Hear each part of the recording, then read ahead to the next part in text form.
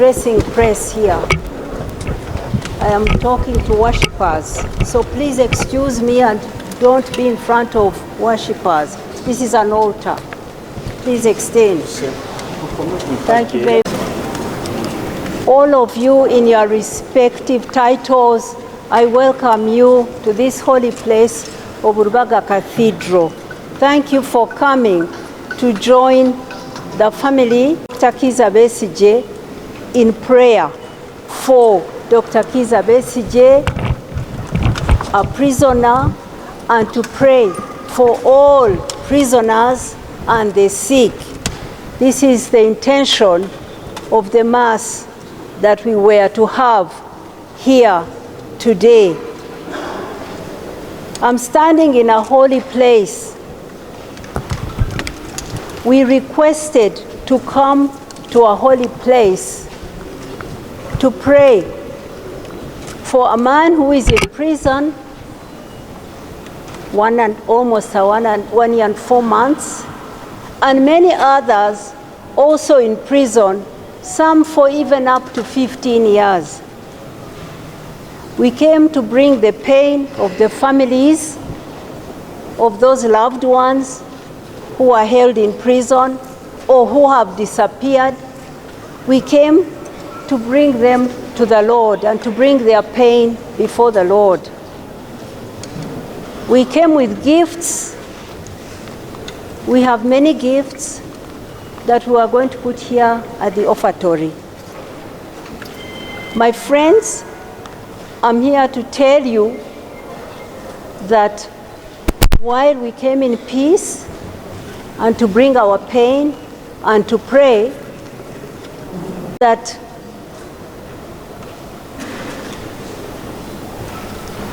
I was called here yesterday by the Archbishop, His Grace Paul Eggere, and he told me that he had received a call from President Museveni asking him to cancel the Mass. He pleaded with him not to cancel the Mass, explained to him that this is Catholic tradition. He explained to him that we were married here, myself and my husband, in this church, and we were prayed for, and that I came to ask for prayers for him in a period of Lent, and that that's the tradition he's going to pray for a family intention. He finally relented and said, okay, postpone the Mass. I need to do an investigation because I think it is political. Postpone it for a few days. I will call you back and I will tell you what I find out. So, His Grace Archbishop told me that he will wait to hear back from President Museveni after his investigation, and that then he will schedule another time for us to come and pray for Dr. Besigye and other prisoners. So we are here and unable to have the Mass that we wanted because of the order of our president. I would like that we still pray, because we came to pray silently. I ask you that. I would also like that after this prayer, some of us address a press conference and tell Ugandans what has happened. Because for the first time in many, many years, have I seen this, that the head of state interferes in the space of faith and orders that a citizen is not prayed for. Never heard of it before in our history. It's unprecedented. So we'll go to the press and explain what has happened. Apart from that, I just want to say to you, people of God, thank you very much for coming. I can see you are people of all faiths, all political parties, men and women, young and old. You've come to pray for our country and for people in prison. I thank you so much.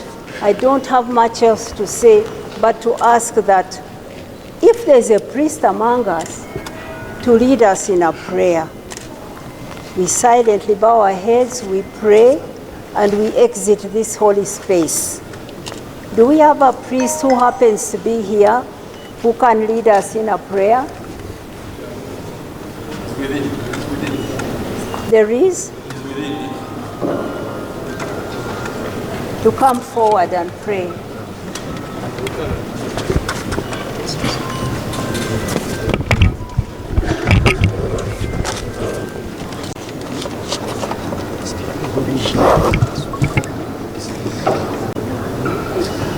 Thank you.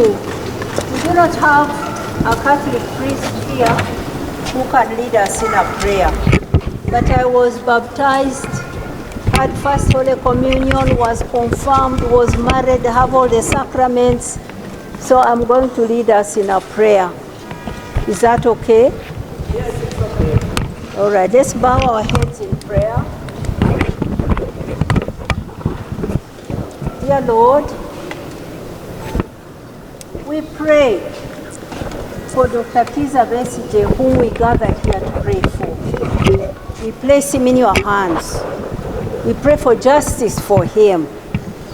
We pray for all prisoners held, many without charge. We pray for the disappeared.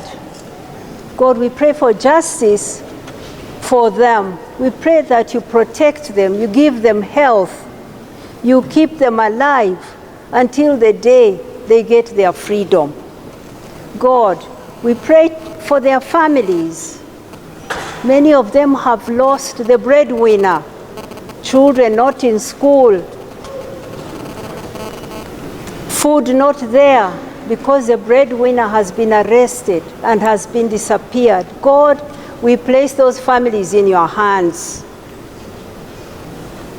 We pray for you to protect them, to give us the hearts of compassion to care for them and to look after those families that are missing their loved ones. We pray for our country, Uganda. God, this is not normal. It is not normal that we have an election that's full of violence, fraud, disappearances. Dear Lord, it's not normal that we have the candidate who was the second candidate in the declared elections running away. We pray for him and his family who've been scared out of their home and gone abroad. We pray for their family.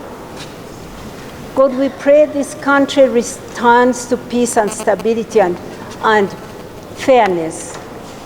We pray for our country that the dream we have of all people equal under the law in a peaceful, democratic country, that dream is realized. God, we know that you are hearing our prayers, and we place everything before you through Christ our Lord. Glory be to the Father, and to the Son, and to the Holy Spirit, as it was in the beginning, is now, never shall be, world without end. Amen. In the name of the Father, the Son, and of the Holy Spirit. Amen. Please, can I ask, we live respectfully, we let ourselves out without noise and without sound. In respect of where we are. Thank you.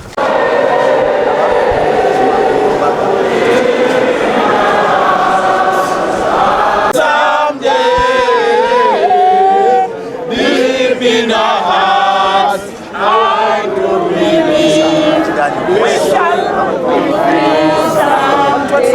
madaala abantu bagweyo munda. Twetusaba tudde ku madaala abantu bagweyo. Bannamawulire twetusaba tudde ku madaala abantu bagweyo. Besigye will be free. Besigye will be free someday. Deep in our hearts, I do believe that we will be free someday. I have a question, Honorable. We shall overcome someday. We shall overcome someday. That is it.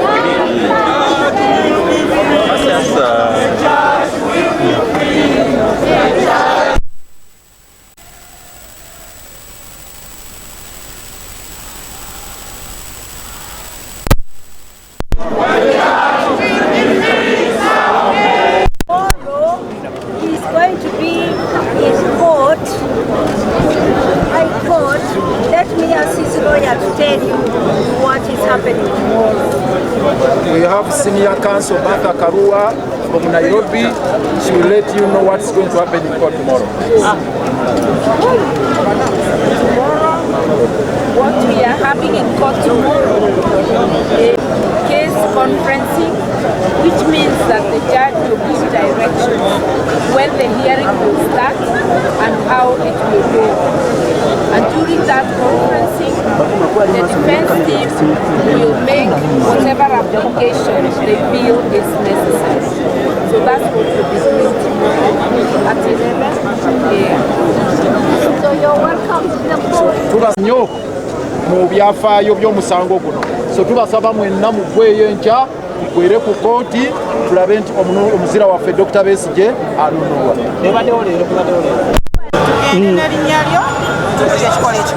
Saddam Gaira, President oba Chairman wa People's Progressive Party. Tuzze wano okusaba nga ffenna tumanyi nti at least ewalala yonna tusobola okuziizibwa okukolerayo ekintu. Naye mu church tubaye tetukimanyi nti President Museveni atuuse ku level ey'abaamiini, kyatuuse ku level kubanga mujjukira nti jana ni ruumu gwe twakajjaguza ennaku ntono eziyise bino bye byaliwo. Niye okulaba nti ne mu kiseera kino we twogerera nga wayise emyaka 4 ng'era tukyasobola okulaba ebintu ebifaanana bwe biti. Kyeraliikiriza era okweraliikiriza kwaffe kulowooza nti eggwanga lyandigenda mu kiti nga Sudaani gyeri, kyeggwanga lyaffe lyaligenda mu kiti nga Libya gyeri, kubanga baliida abo bonna basooka kuba balungi, bagenda bonooneka mpaka bwe baatuuka ku level eno gye tutuuseeko olwaleero. Ate ndowooza President Museveni atya kuba bwe yali mu nsiko waliwo ba Faaza ne ba bishops abamuyamba ng'ali mu nsiko. Oba oliawo kati atandise n'okufuna okutya nti ne bano bayinza okutandika okukolagana n'abali mu opposition okugyako gavumenti ye.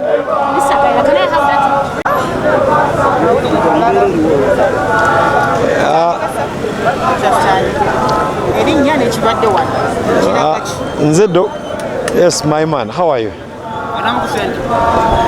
Gwogenda okubba olwaddoboozi nze Dr. Mirembe Joel Nsubuga munnamawokota ate ndi mukulembeze mu layini y'obusawo.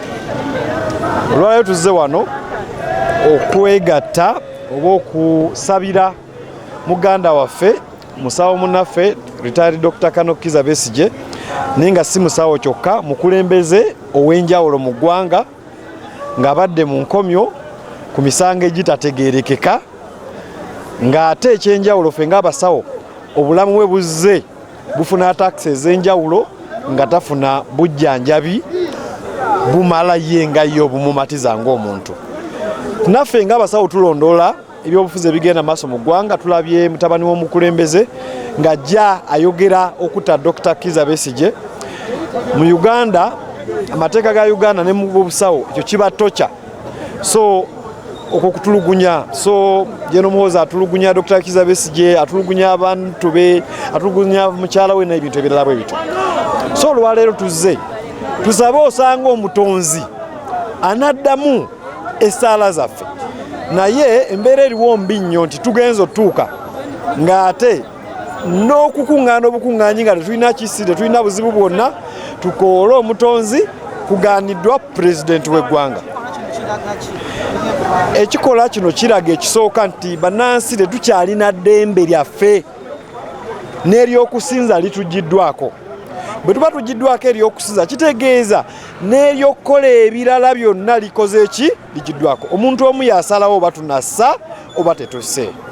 Mu byangu waliwo atulinnye ku bulago nga bannansi nga yasalawo assa n'atassa.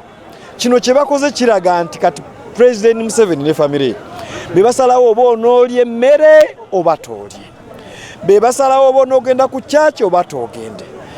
Embeera eno President nga bwe yafuna obululu 71%, ate yandibadde ali mu kunyaganya si kunyigiriza ffe be yawangula. Ekituluma ate bagamba be yawangula ali mutukuba migo, ali mutubonyaabonya. Embeera eno ekome. Embeera eno ekome. Bw'etaakome bannansi bagenda kwekyawa olunaku lumu, abataddewo embeera eno be balimanya ekiriddako. Katugende mu maaso bannange. Okusingira ddala famire ya Dr. Kizza Besigye abaavaayo ne basaba ekereziya okujja wano basabire Dr. Besigye n'abasibe bonna bonna. Era nga bwe mulaba banno be tulina amabega waffe bano abantu be bamu ku ba victims abantu baabwe abali mu makomera. Tubadde tuze nabo olunaku olwaleero nga tulowooza tugenda kusobola tusabire Dr. Besigye ate tusabire n'abasibe bonna bonna n'abantu baffe ababuzibwawo abattibwa n'ebirala bwe bityo.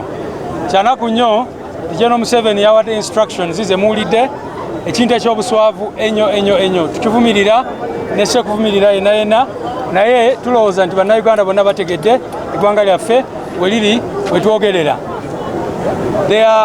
We had come here together as the National Unity Platform, and you saw our President encouraging all citizens of Uganda to come and join in these prayers, and we are very glad to come and join the family of Dr. Kizza Besigye, but also other political prisoners.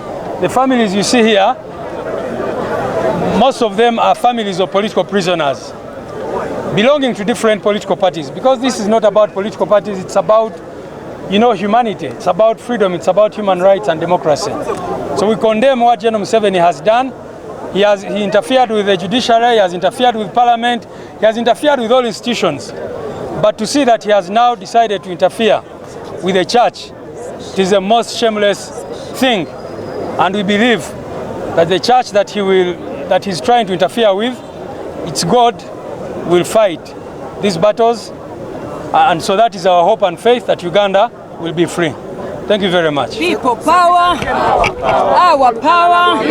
Mbuziza, of course, abantu betwawayo tubadde in consultation ne family ya Dr. Besigye era twabawa list y'abantu baffe ababuzibwawo 18 be tutalabangako, abantu abasuka mu 8 be bakwata mu season eno y'akalulu n'abalala bangi nnyo. Era ne list eyo twali tugiwaddeyo eri ekereziya basobole basabira.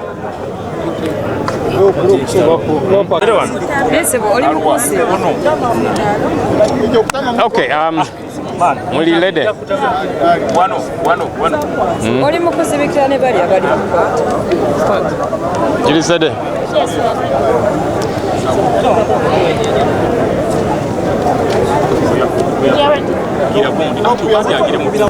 Yeah, kyannaku nnyo nti gavumenti eno wano weetuuse naye nga tekyewuunyisa nti kakati n'okugamba nti tuzze ku ekereziya katulika okusaba. Ensangi zino tubadde tutegeka okusaba ku bitebe byaffe era nga bajja eyo nga batusumbuyirayo. Netugala ne bannaffe era twebaza famire ya Dr. Kizza Besigye olw'enteekateeka eno nti tujje wano tusabire Dr. Kizza Besigye n'abasiba abalala abaasibwa olw'ebyobufuzi. Naye nti n'ekereziya gavumenti egitya nti Mwami Museveni alina okukubira Archbishop nti nedda togenda mu maaso na mmisa eyo, kati n'okusabira abantu baffe gwafuuka musango. Bino nno newankubadde bitunyigiriza bituwa essuubi nti bwaba nga batuuse wano kuba oba ogamba nti wawangula ne percentage ya 7.1 ku buli 100 naye nga kuno kwe kutya kuolina nti n'abantu okukuŋŋaana kwekereziya nga wano kiba kikutiisa nti olina gamba kibishopu emisa tegenda maaso ffe nga bannayuganda kituwa essuubi nti abantu bano munnaye batiitiizi nnyo bakimanyi nti tebalina buganzi eri bannayuganda bakimanyi nti buli kye bakola kikyamu bakimanyi nti bali mu kaseera kaabwe ak'akawungeezi tunywerere ddala tusigale nga tukwatagana mu buli ngeri yonna gye tusobola okukwataganiramu kitukakatako ffe nga abaagala enkyukakyuka okusigala nga tukwatagana kakati leero famire ya Dr. Kizza Besigye n'ekibiina kye kyekyatuyise tugezeeko tumanyi nti obuzibu buyitirivu tulina abamu ku bannaffe abatulimu nga bagamba nti bali naffe naye ate mugenda ne mubalaba nga tebali naffe naye bannayuganda bannabyabufuzi abali serious ku nsonga ez'enkyukakyuka tusigale nga tugezaako okukwatira awamu naye okusingira ddala bannayuganda kubanga bo basinga naffe abakulembeze tukwatire wamu tulina essuubi nti Katonda ajja tuyamba okuggusa ensonga eno. Fortunate that Mr. Museveni's regime has gotten to this level that they are too scared even of a church service, that for us to meet here to pray for Dr. Kizza Besigye and other political prisoners, it sends shivers down their spine. Disturbing as it is, it should give us hope as the people of Uganda, because the people who are preponderant over us are extremely scared. Because if you say you got 71% in an election, how can you be afraid of a service here at church? Usually we organize these prayers at our party headquarters and again they come and disrupt us. But we say, let's come to church. But Mr. Museveni had to call the Archbishop and say, don't go ahead with this service. If you're loved by the people, why are you afraid of us meeting to pray for our loved ones who are in jail? Because people meet, I mean, these religious leaders go to prisons and they even pray for convicts, murder convicts and so on. People who even accepted and said, yes, me, I murdered this person, me, I serving my sentence, they go and pray for them. How about people who are on remand over trumped up charges?